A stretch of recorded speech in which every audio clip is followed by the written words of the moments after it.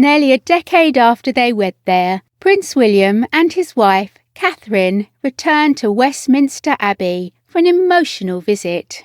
On Tuesday the 23rd of March, the Duke and Duchess of Cambridge visited a new vaccination centre at the historic site in central London to praise the efforts of staff and pay tribute to Britain's victims of the coronavirus pandemic on the National Day of Reflection. Catherine has been spotted looking gorgeous in a cream coat. Meanwhile, William wore a smart navy suit along with a white shirt, brown tie as he walked alongside his wife. The couple exchanged a loving look as they walked together at Westminster Abbey, where they wed in 2011.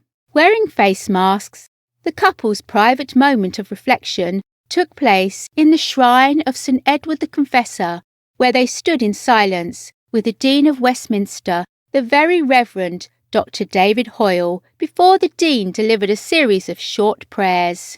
William then lit a candle in remembrance at the altar of the shrine, and Catherine placed fresh daffodils next to the candle. The shrine is where William and Catherine privately signed their marriage register during their wedding ceremony, the 10th anniversary of which is next month. The site of the resting place of St Edward, the founder of the abbey who passed away in 1066, is considered the spiritual heart of the abbey and is not on the normal tourist route. The UK's Public National Health Service opened the Westminster Abbey Clinic earlier this month to provide up to 2,000 life-saving injections, or jabs, as the British colloquially call them, each week. It operates from the South Transept, home of the world-famous Poets' Corner, while the Abbey continues to remain open for a daily Holy Communion service. The visit came as people fell silent across the UK at midday to honour the 126,000-plus victims of the pandemic on the one-year anniversary of the country's first national lockdown. During the visit, William and Catherine heard from staff about their experiences of taking part in the biggest vaccination programme in UK history and spoke to people receiving their jabs in the clinic.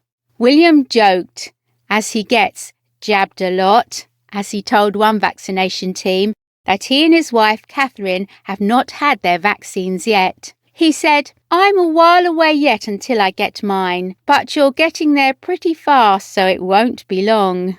The Duke added, "I've had plenty of vaccinations in my time. I get jabbed a lot." Catherine asked Sandy Thwaites, 61, a former nurse who came out of retirement to help the rollout, if people were nervous about having the vaccine. Ms. Thwaites said afterwards, she asked if the public were finding it difficult, whether they were anxious. "I said they are quite anxious. A lot of questions, especially concerning clots. They come armed with quite a lot of questions. Some are crying, some are relieved, some are happy. But no one has turned away." Dr. Sheila Nyogi, clinical lead for the Abbey and a general practice in Pimlico, said, "The Duchess was very concerned and thoughtful about the staff and the impact it has had on people. She said, 'It's so nice that we are getting towards the end of this. You've all worked so hard.'" The couple's visit came as the Queen led the nation's tributes on the Day of Reflection, sending a bouquet of flowers to the medical staff who treated her husband, Prince Philip, to share her gratitude after the 99-year-old was discharged from hospital last week. Alongside the stunning bouquet of flowers, the 94-year-old monarch shared a message.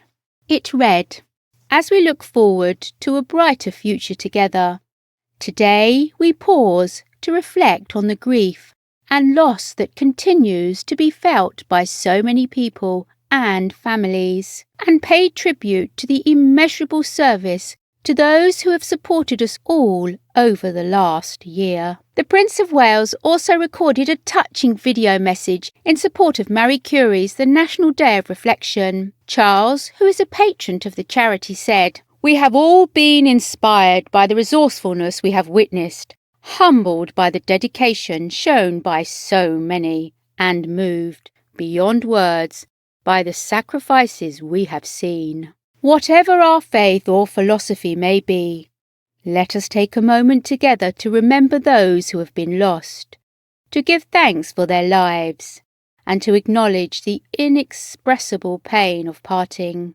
In their memory, let us resolve to work for a future inspired by our highest values that have been displayed so clearly by the people of this country through this most challenging of times.